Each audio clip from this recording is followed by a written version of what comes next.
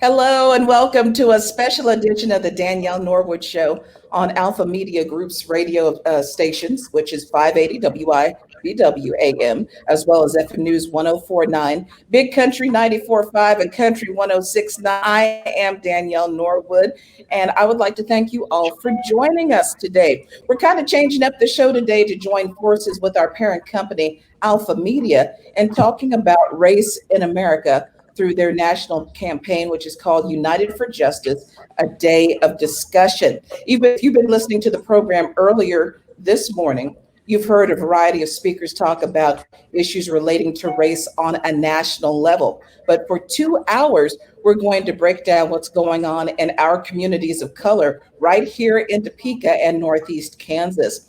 Joining me for the first hour, I'm so thrilled to have everybody on in this hour. We have Mayor Michelle de la Isla, who's mayor of Topeka, Topeka Chief of Police Bill Cochran, Pastor T.D. Hicks of Antioch Missionary Baptist Church, and Grant English, who is the lead pastor of Western Hills Church. Thank you all for being on with me today. Thank you. Thank you for Thank having me. you. And this is going to be a roundtable discussion. So they're going to feel free to say whatever, whenever, and we're just going to roll along with it. In fact, the mayor yesterday challenged me to not be so programming in terms of coming up with questions ahead of time, just to let it roll. So I'm going to sit back and listen up and enjoy the conversation as it is. But Mayor, I want you to start out because you said something yesterday in our conversation that really kind of hit me, and I think it's important to set the tone for today's conversation. So let me ask you what you meant when you said that we as Americans tend to focus on all of the glory and not the gory when it comes to our country's history. Would you expound upon that? Absolutely. So one of the things that we've done as a country, and when you have our kids learn about history and as they go through school, very seldom do we talk about the challenges of our country and its establishment. Even Thanksgiving, for example, it's something that we celebrate as a country as this wonderful thing when we had the individuals that were migrating over here to the United States and they met our Native Americans, and it was this beautiful celebration. And for years, I grew up understanding that this is the way that our beautiful country was started. Wonderful people left their place and they wanted to wander off in order for them to find freedom and liberty. And they found the United States and they were able to all come together and share a meal. And everything was wonderful after that. And I think that Mhm. that has been one of the biggest challenges that we've had in our country. And I've often shared that for me, it's extremely personal because before my grandmother passed away, one of the things that I was doing was asking my grandmother stories about our ancestors, right? And I was telling her that I was putting together my ancestry tree and I had done my 23andMe and all this crazy stuff, right? And she starts Mhm. telling me about her, I think it was great great grandmother. And she explained how she had been brought to Puerto Rico as a slave. Oh my goodness. And I just couldn't believe it. And she started telling me all these stories about her, and about our French ancestry from that part of her life. And I was just like, I just could not believe it. So now what I tell people is that when we talk about the glory of this country, we forget that when our ancestors decided that they were going to come seeking freedom, they picked up my grandmother on their way against her will in order Mhm. for her to be a slave. And not only that, but then we not only displaced our Native Americans, but the Native Mexicans and the Native tribes that we had all over our nation. And because we don't talk about those dark moments in our history, and not only that, but as a country, we have the conflict that our Pledge of Allegiance and our Bill of Rights talks about liberty and justice for all when we never meant it, Yeah. which is a significant problem that we have. And because we don't have these really deep conversations and we don't ask why these things have happened, sometimes when we talk about issues of race, people feel a lot of shame because they're like, wait a second, that's not how I understand it. And I'm not responsible. And it's okay because you're not responsible. But it is important that you acknowledge your history so that then we can start having meaningful conversations and start creating change of systems of racism that have been in our country since its inception. That's so good. And, talking about people of color, we were the biggest commodity Hmm. of Americans back in the day. You know, a lot of people didn't arrive here naturally. We'll just say that. And it's a conversation that people, even if it's mentioned like during Black History Month, it's just barely touched upon, or we watch a movie about roots and then we continue to move on with it. And it's not dealt with throughout the year. Would the rest of you like to say something about what Mayor just said? Well, I think it's a good point. When we talk about our Constitution, if you really look back to our forefathers, when they wrote the Constitution, they were writing it for very specific people. And, Yes. had that conversation with my wife just the other day. You look at it, it took how long for women to get the right to Mhm. vote in this country. And so the Constitution, when everybody goes, oh, it represents everybody, well, we now would like to think it represents everybody.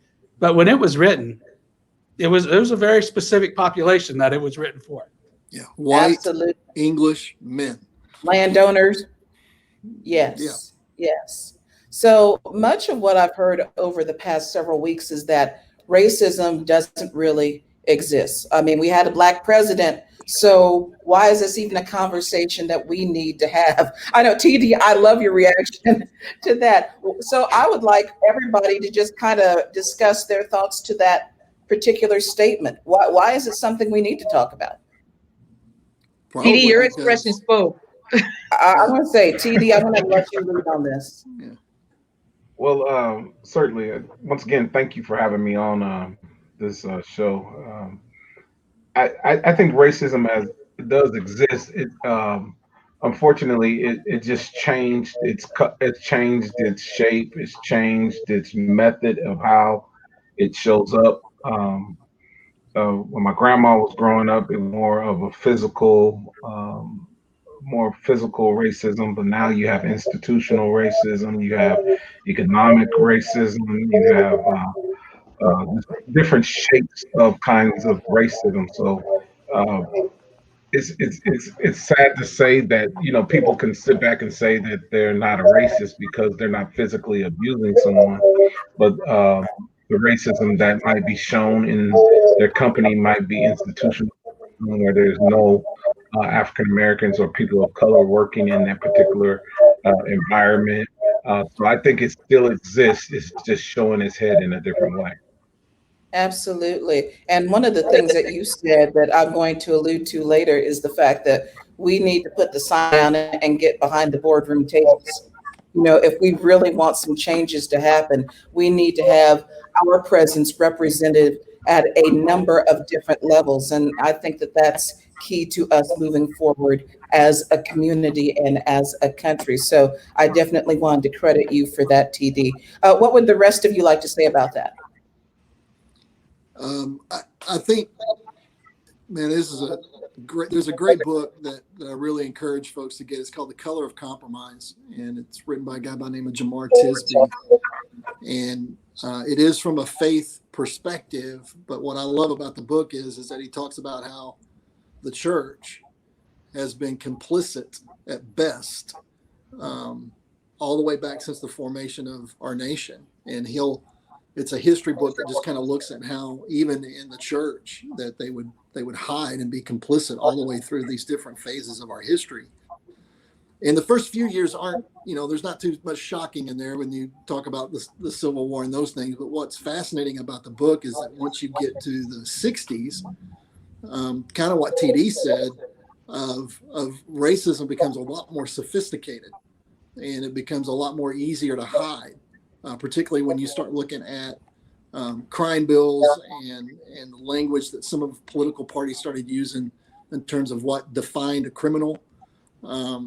We put the police department in some really hard spots over the years, making them social workers when they don't need to be social workers, making them solve these social problems when that's not really the role of the police. And so over these years, we've put our public service people in no-win situations, and that just feeds the beast of racism. And I think for so long we've put all these other labels on it, but the core of it is still racism. It still is about holding a group of people out, pushing them out. Yeah, and I think that you're bringing up something that's pretty interesting that I don't think that we speak enough about in our culture and in history as well. One of the main reasons that police departments everywhere have such a tense relationship with the African American community specifically, and now we're starting also to see that with the Hispanic community, is the fact that police officers back then, which were not called police officers, were the Mhm. people that were in charge of bringing slaves back when they were trying to run away.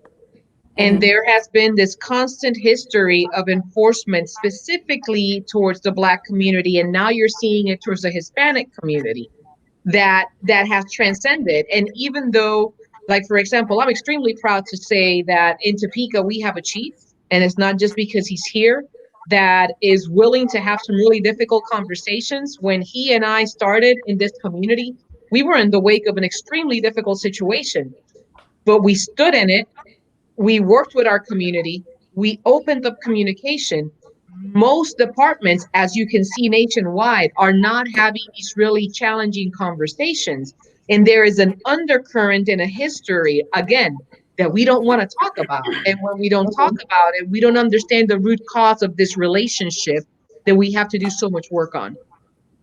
Absolutely. And, Chief, we want to say that we really appreciate you and what you have brought to our community. I would say that the TPD is just stellar in the way, especially the interactions that I've had with law enforcement are second to none. So I want to thank you for the way that you're leading your group. And I want to talk about a difficult subject because we want to talk about systemic racism. Do you believe that there is systemic racism in law enforcement? And if so, what needs to be done to change it?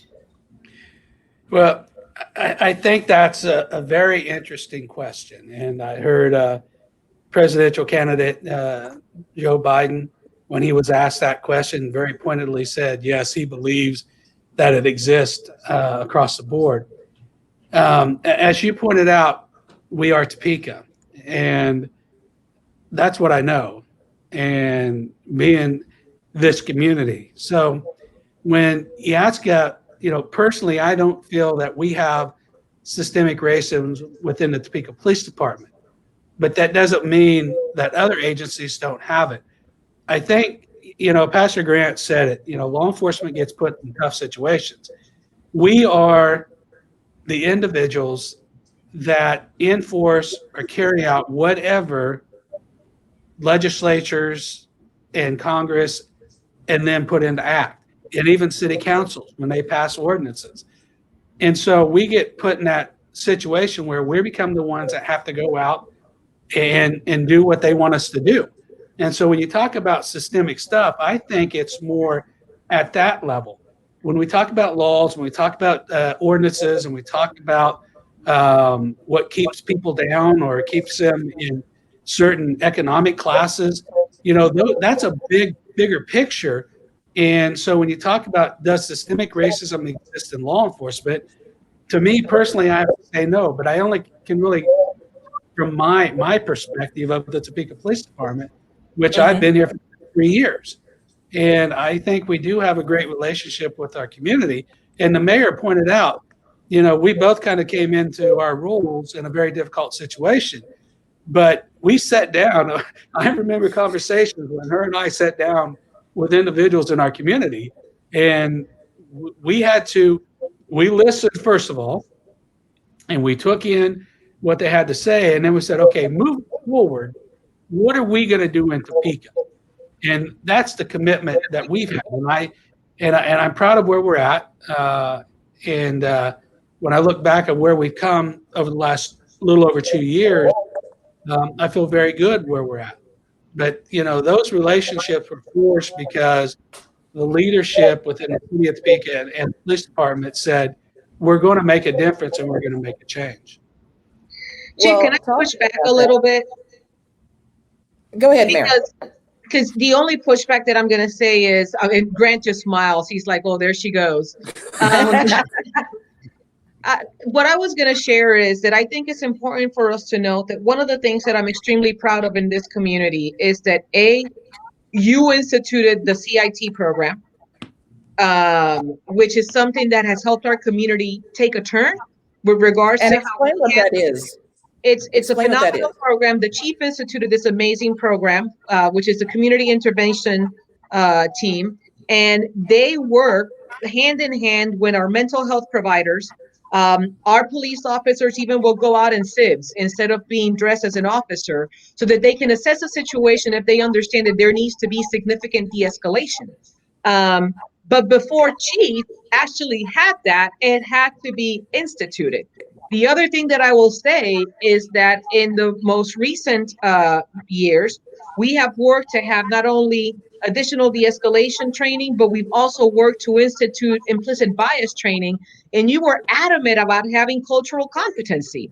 So I'm not saying that there was systemic racism in our police department, but what I want to make sure that we acknowledge is that we have noticed where there has been gaps in areas that maybe we could be doing better. And in the last few years, we've done a ridiculous amount of work under your leadership. We have an independent police officer, which I think we were the first one in the state, one of the few in the nation. We have a citizens review board. We've done things that have been requests of our community, of our minority community, that helped us understand that there were areas of improvement. So although I know that your interaction and our LEOs are amazing, I still think that we have to acknowledge if there were areas in which we could improve, that you have done a great job in leading. But I think to Danielle's point, any institution can fall into that trap, because if you don't have that voice at the table, one of the things, and I don't know where TD went, but one of the things that we had to learn as a predominantly white church when we began partnering with Antioch and TD was there were some things that we did that we just did. I mean, that's just what we do.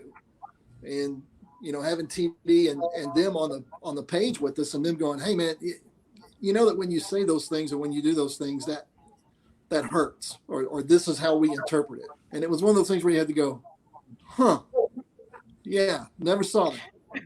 Yeah. Never saw that. And so I think it can be systemic, and I think it can be in your organization and you not know it. And I think it also it's not intentional. And unless you've got a relationship or a voice at the table going, hey, listen, you might want to rethink that.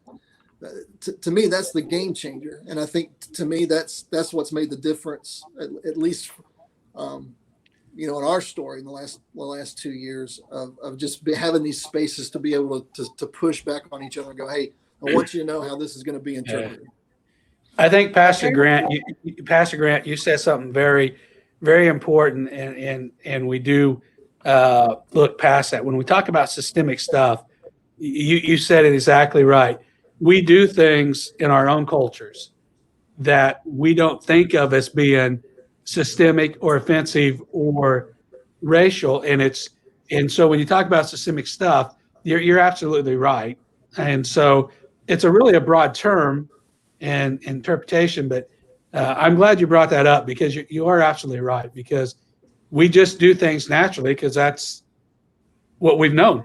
That's what we do. Well, I want to come back to several things that were said. First of all, about cultural competency. What does that mean from your perspective, Chief? Well, for me, it's we as law enforcement understanding the citizens in which we police. And we only exist because the citizens want us to exist. And sometimes we fail to realize that we're not here because, hey, we want to be police officers and we're here. We're here because the public says, we want you here. And our authority and our power comes from the public. And so we really need to understand the diversity, the culture, why people act the way they act, or why they might interact with police the way they interact. And so that becomes extremely important. So we understand our communities and understand that. I know a story of a young man who came over, and he was in Kansas City, but he was from Africa.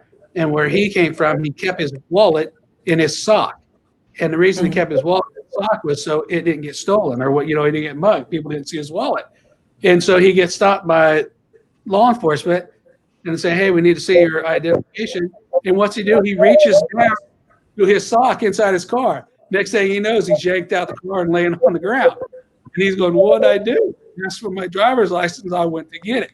Well, in the way he spoke, you could tell he wasn't from Kansas City, Missouri. You know what I'm saying? And so Yes. the officer's got to understand, okay, is there a language barrier? Is there a different philosophy or thought or whatever? Taking a step back and understanding people. But I think that's what makes that whole conversation beautiful, is that the officer took a second to actually assess the situation to figure out maybe he just doesn't understand. And from what we're seeing in other places, those conversations are not happening. People are making a rash decision and going from there. And so that's why people of color maybe feel even more defensive about engaging with the police officer, because they've seen other situations where it didn't go well. Well, that's where that CIT, crisis intervention, really comes into play. It's geared towards people who are on a behavioral health crisis, but the skills that you learn apply to every facet and contact that you have with anybody, because it's making that assessment and having conversation, slowing down, understanding what you're doing. And when you deal with people on a behavioral health crisis, that is what makes it successful. But those techniques and stuff that you learn in that apply to every contact that you have with every citizen. Can I brag on you a little bit? Could you expand on how many hours it takes for all of our officers? Because now all of our new officers have to have that training. I know how many it is, but it's going to surprise Danielle. Yeah, it's a 40-hour course that every officer goes through, and it's part of our basic academy. Now, the national CIT philosophy is you don't make it part of your basic academy because you don't want everybody dealing with mental health issues because they may not be the right fit. But we see the value of the total package of the training, and so we've made it a requirement. And then we do continuing hours throughout the year after you complete that training. That's wonderful. So how do you make the assessment as to who goes through that training and who does not? Well, everybody now goes through it. It's part of the basic academy. You get hired, you go through it. Then what we do is we do, like I said, we do continuing hours throughout the year for those that have been through it. And because communication, talking, and understanding are perishable skills, whether you believe it or not. And if you don't have conversations and you don't have uncomfortable conversations, then you lose how to communicate real quick. It seems like the TPD would be a very good example for other cities, counties to like actually glean from in terms of what you all are doing. Are other communities reaching out to learn more, or have you had some conversations like, you know, we would really like to implement what you're doing here in Topeka, Kansas? Have you had any of those conversations, interactions? Yeah, there's quite a few law enforcement agencies across the state of Kansas that we helped get their CIT programs going, and also the de-escalation training package that we have developed here. We've had instructors go to other agencies and provide that training and information to them. That's wonderful. I think that TD was having some connection issues, so as soon as we can get him back on, we certainly want to. But here's something that, Grant, I was going to have you and TD talk about, because you mentioned about the fact that your churches get together for worship. And Martin Luther King said that it's appalling that the most segregated hour of Christian America is 11 o'clock on Sunday morning. And unfortunately, that rings true still today. And you all have been very intentional about breaking down those walls. So I want to give my little piece to this as well, because I've experienced it firsthand at several different churches where literally in one church, nobody would sit next to me at all. I had the entire row to myself. And it was a church that had several hundred people as part of it. And it was a more liberal church. So I just had the assumption and expectation that people, you know, would want to, you know, surround me because this is God's house. I mean, isn't this what we do?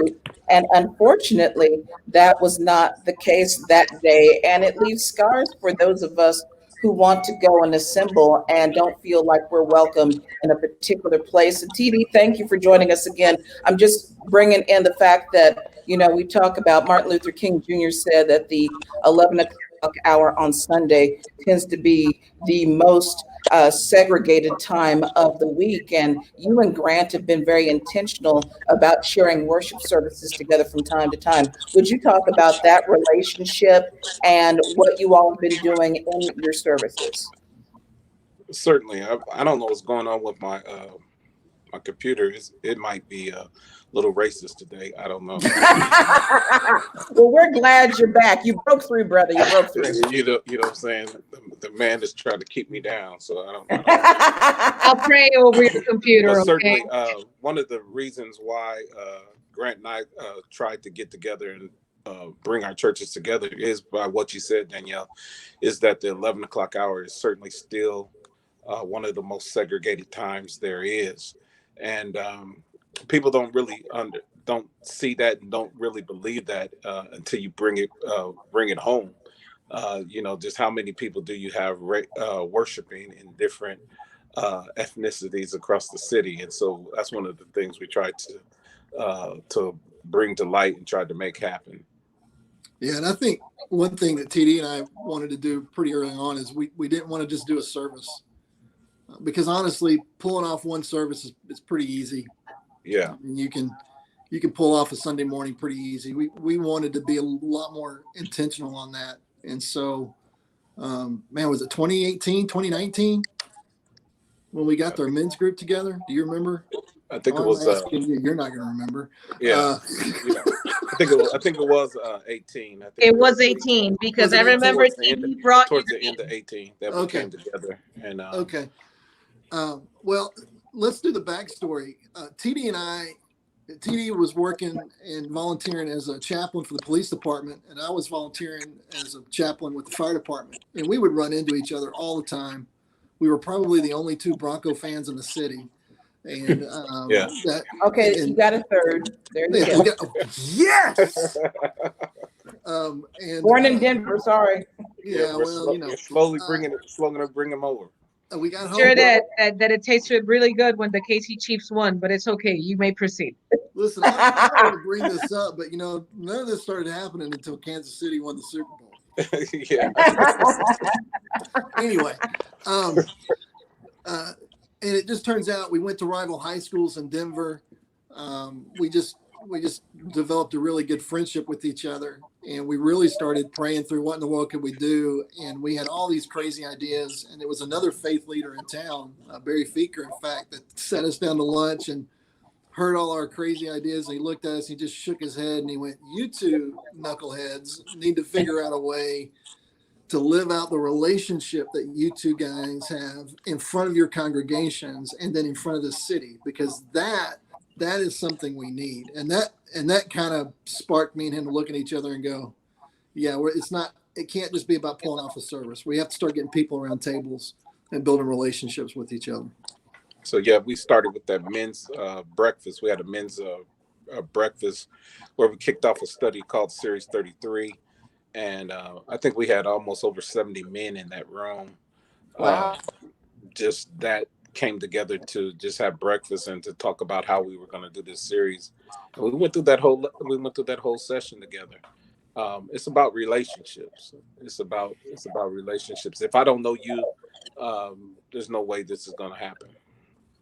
And so what effect do you think it's had on your congregations in terms of just maybe changing some minds or bringing people together? What effect do you think it's had? Well, I know that we regularly have Antioch folks pop in and worship with us. And I know we've got a crew of Western Hillers that make it their mission to go over to Antioch at least once a month, at least before we went to the COVID crisis. The relationship, our staffs work with each other. Our worship team and our staff works with each other. It's just, I don't know, man. It's just hard to say. We've had Bible studies pop up. Can I add something? Because here I'm going to speak not as the mayor. I'm going to speak as a diversity and inclusion professional. There is no magic sauce to eliminate implicit bias. other than to marrying into another culture. Okay. Mhm. And what you guys are doing is that you have created a community marriage of individuals that are starting to do life together. And you may not see immediately the effect of the magic that you guys have created in this community. But I think that what you guys are starting to do is that just in the microcosm, in the small universe that you guys have created, you guys have eliminated several biases. Because even stepping foot in another church, because we get loud, you know? I love Hey, getting loud. we're Hello. I getting louder. mean, it's so it's a whole different experience when I go to fellowship than when I go to Antioch. Mhm. So I mean, so for people to have that different experience, I will never forget the first time I took Lorraine to Pastor Clark's church, because I've done the rounds through all of our Black churches because I love it, right? And Marcus just like he preaches, right? And Lorraine was just like, Mom, I'm awake now. I just like I felt it. And she loves going to Uncle TD's because that's her uncle, Uncle TD's church, because she feels like when she's there, she's not a stranger. But most people have very different ways of worshiping and living life. And it is interesting for a new person to come in and experience that and embrace it and understand that there is beauty in two different ways that we worship, but both ways are completely fine. So you guys have created that bridge for implicit biases to be torn down. Yeah, and I think I think on this is going to sound very white, but I mean, this is where we are, I guess. Be quiet, TD. But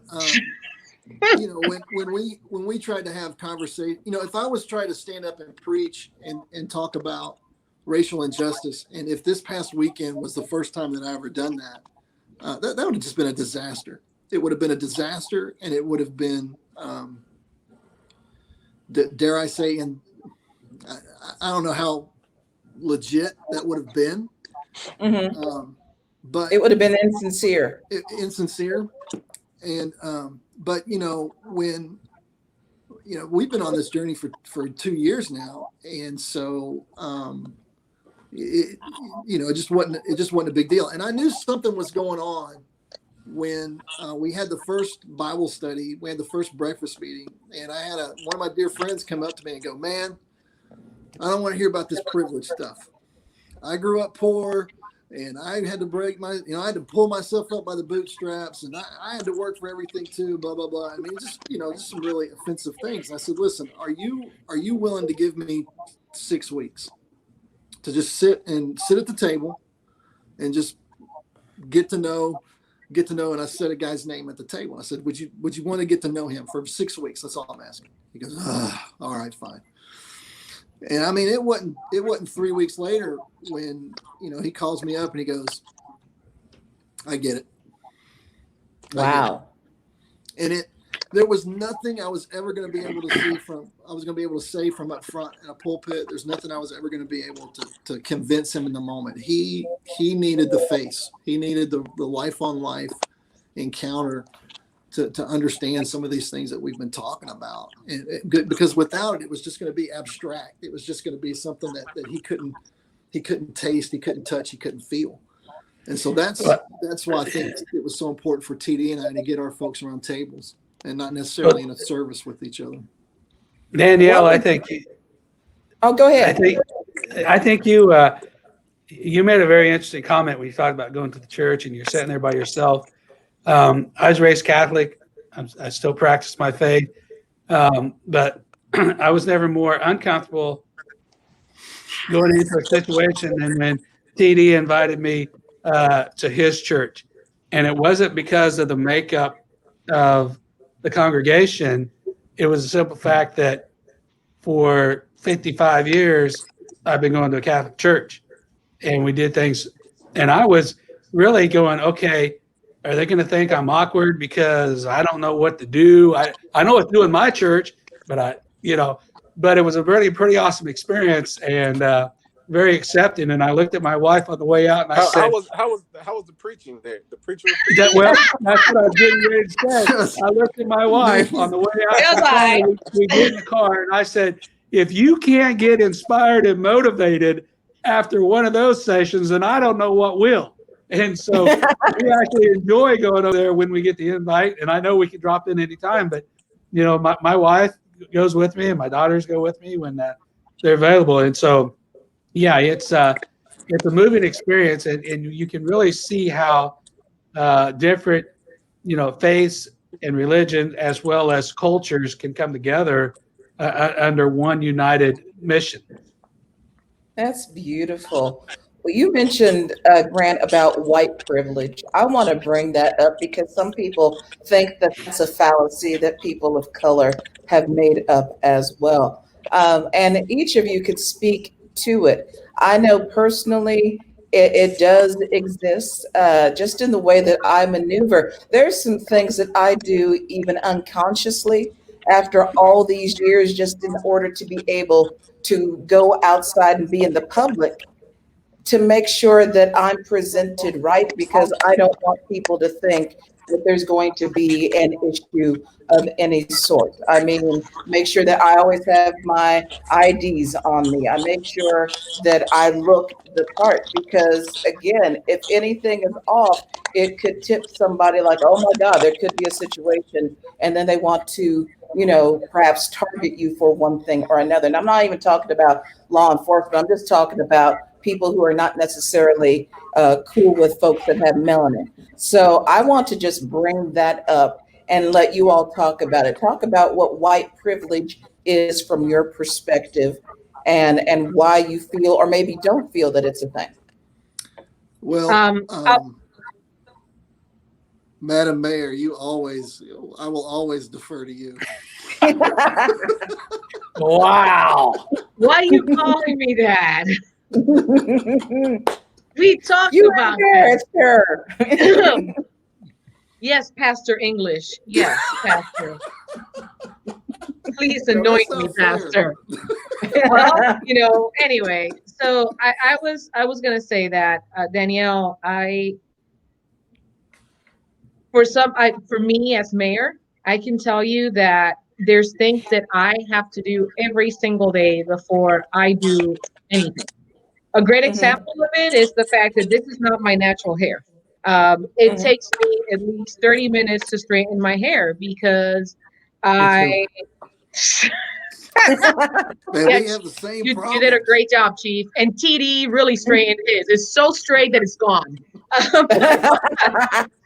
But as a woman of color, my hair is, I'm part black. So, I mean, my hair gets like frizzy. Hello. And I know that when my hair is very curly and it gets kind of natural, people perceive me and treat me very differently, especially if they don't know who I am, versus when I have a very polished look. The other thing that I have to be extremely cautious is with the way that I dress. I have to be very cautious on the way that I use my diction and the way that I Yes. express myself. I have to be Yes. extremely cautious with the way that I utilize my hands. And I have to make sure that my tone is not intimidating to people, because the easy caveat and the quick microaggression that I get is, oh, you're so passionate about these things. Or, oh my God, you're so eloquent. And people get surprised because they're like, oh, come on, you're the mayor. We do have to accommodate every single day, which is why last night on the city council meeting, I just broke. And I told people, I am not okay. And if I am not okay, I'm certain that there's a lot of people that are not okay. Because we have to, every single day, make ourselves fit the mold that keeps people comfortable with us, whether it's ingrained or whether it's reality. I agree. Would the rest of you want to speak to that? Well, I grew up in a really weird, I grew up in the hood. I grew up in a place where TD's mom would not let him go. And so that's the truth, isn't it, TD? And tell your story, man. Anyway, so I grew up as a minority majority. So 50% of the guys I went to school with were black, 25 were Hispanic, and then there was rest. But and I didn't have the language white privilege at that time. I didn't have that language, but I knew that because I was white, I got the benefit of the doubt with the teachers. And I knew that when police came coming down the street, I didn't have to run for cover and I didn't have to worry about it because I was white and because my dad was in the military. So I had two things going for me. So I didn't have that language until later in my life to understand that there were some things that I got away with, blessings. I don't know what language you want to use, but there were some advantages that I had that others didn't, just because of my skin tone. And I think that privilege can go. I mean, education, people that have, and that sometimes crosses colors, right? Sometimes that's not just strictly white privilege. It's an economic privilege, or and so it's complicated to always drill down into some of that. But yeah, I think that at the very least we would have to, if you don't like the word privilege, fine, use blessing, use advantages. But the fact is that that's very real. And if you didn't believe it in 2016 and with everything that went on, I'm just really having a hard time understanding how we can still think that same way with some of the images that we've had to swallow here in 2020. So, Pastor Grant, how many times do you get up and you speak in the pulpit and you talk to your congregation about how to behave when a police officer is around them? No, I've never had to do it. Pastor TV? Yeah. Not only do I talk about it in the pulpit, I talk about it one-on-one when I see people. And it doesn't necessarily have to be members of my congregation. I think I'm getting to that point in my age where I can get some street credibility with the young men in the community. And I tell them, y'all be careful out there. But I think I have a benefit because I have access to the police chief, and I just say, I don't know, I've been off of the phone, off of the conversation for a while, and I'm trying to do this on my phone, so it sounds weird. I don't know what's going on, but I would just say the relationship that Chief and I have, I mean, if other pastors can have that kind of relationship with the police chief in their city, I think it will make a major difference as well, because the relationship is just invaluable. So I can talk to him about what some of my guys are feeling. He gives me some responses that I can take back to him. Then he also lets me know, what's going on in the police department. And by me being a chaplain, there's some times that I'm able to speak some truth in those different situations. So I think that relationship ultimately makes a difference. But I definitely tell my youth and my men in my church, hey, this is what happens if you get stopped. If you get stopped, come home. Live to come home. And I'm not saying that anybody would do that, but live to come home. We have about 5 minutes left, but I want to hear, how early is too early to talk to your kids about race? Well, that's a good question. I had a conversation with a pastor yesterday, and he was talking about his daughter, and he said, my daughter didn't know that she was different until she was in school, and they started telling her that she was different.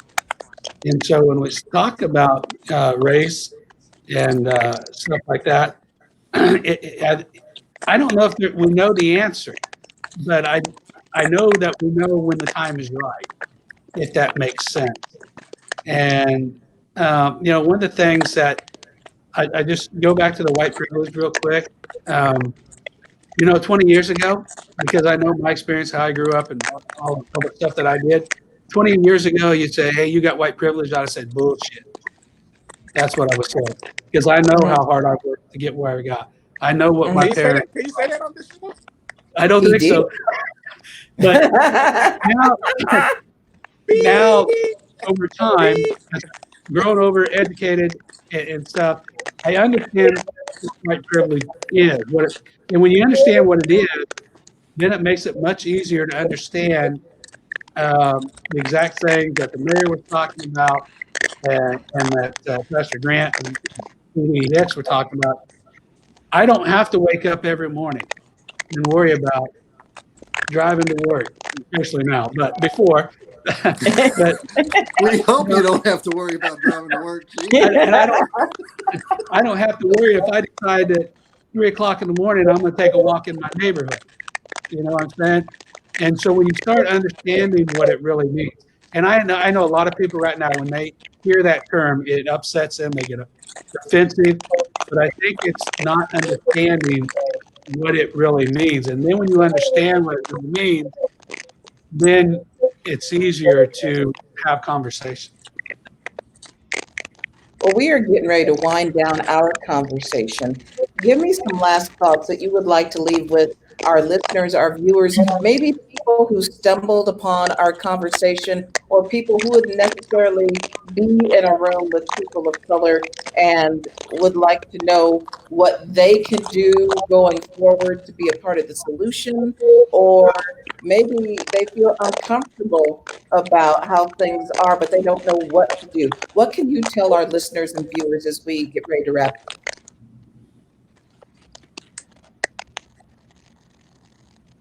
Well, I'll go Silence. first. Wow. I'll go first. This is what I say, my message to everybody right now. We know what happened in Minneapolis, and we saw the ramifications. I think we have a window of 6 to 8 months that we really need to get down to work and make changes and make an impact. And the reason I say that is we don't have no idea when the trial is going to start and what the verdict is and all that other stuff. But what I can tell you is we know what everybody's feeling. We know the pain. We know the anguish that everybody's feeling. And we've seen that come out on a national level. But what I honestly believe is we have a window of 6 to 8 months that we have really got to get down to work, and we've got to make some things happen for the betterment of our communities and for this nation. I would agree. Who would like to be next? I think that I would say I'd have two quick things. The first one is that I think it's good to protest. I think it's good to have social media things, but at the end of the day, you better have a relationship. You better have some skin in the game to walk through this, because there's no way that you're going to really understand and grapple with some of these issues just simply by reading books and following folks on Twitter. And as leaders, we have a responsibility to engage in these uncomfortable places. And you know, I come from a faith background, so I feel like I have a grander responsibility to engage in these places redemptively, in a way that brings hope and brings answers. And so that's the first thing I say. And the second thing I'd say is, if you are a leader of an organization, it is your responsibility to create safe environments to have some of these hard conversations. And by safe, I don't mean people get a free pass for saying stupid stuff. That's not safe. What I mean is that you have an environment where you can graciously and redemptively begin to push and lean on each other and learn from each other and go, yeah, that kind of language or that kind of idea, that's not going to work. And here's why. And then work together to move forward from that. Okay, TD and Mayor, we've got just like a limited time, so I'm going to let you have the last word, Mayor, but TD, say what you would like to say.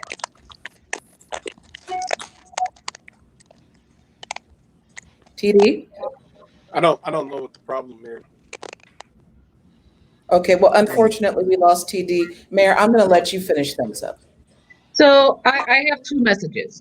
The first message that I have is to my white brothers and sisters. And that message is you need to be vulnerable. We cannot allow that the fact that we don't understand a little bit of our history and why these issues are happening and why they're so poignant, allow that shame wells up or defensiveness or confirmation bias creep in. And we have to understand that the deaths of Breonna Taylor, the deaths of Ahmaud Arbery, that the death of Philando Castile, and now the death of George Floyd are not deaths that just happened. Those are deaths that should have never happened. Uh, Yes. and that there is something inherently wrong. And therefore, we should have conversations that lead to change with our government officials, conversations that lead to change with our chiefs of police.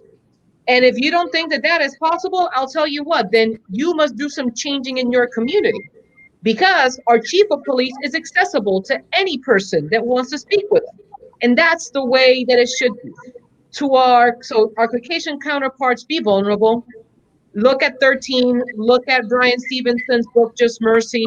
Read Pulled Over. There is a plethora of information. If you don't know what Rosewood is, if you don't know what the massacre of Tulsa is, if you don't know that the last lynching by hanging in America was in the 80s, then you have a lot that you need to check into. Now, to our Black counterparts and to my Hispanic counterparts, you need to demand action. And the way that you demand action in this realm is extremely simple.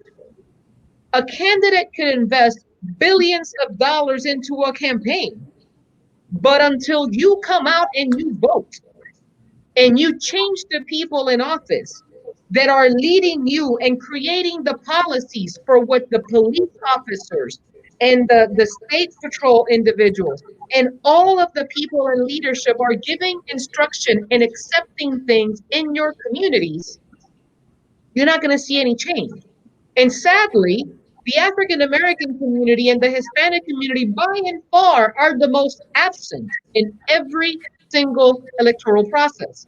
And it can no longer continue because protesting is good. Absolutely. We're releasing a lot of that pent up emotion, but it's not good if it's not followed by action.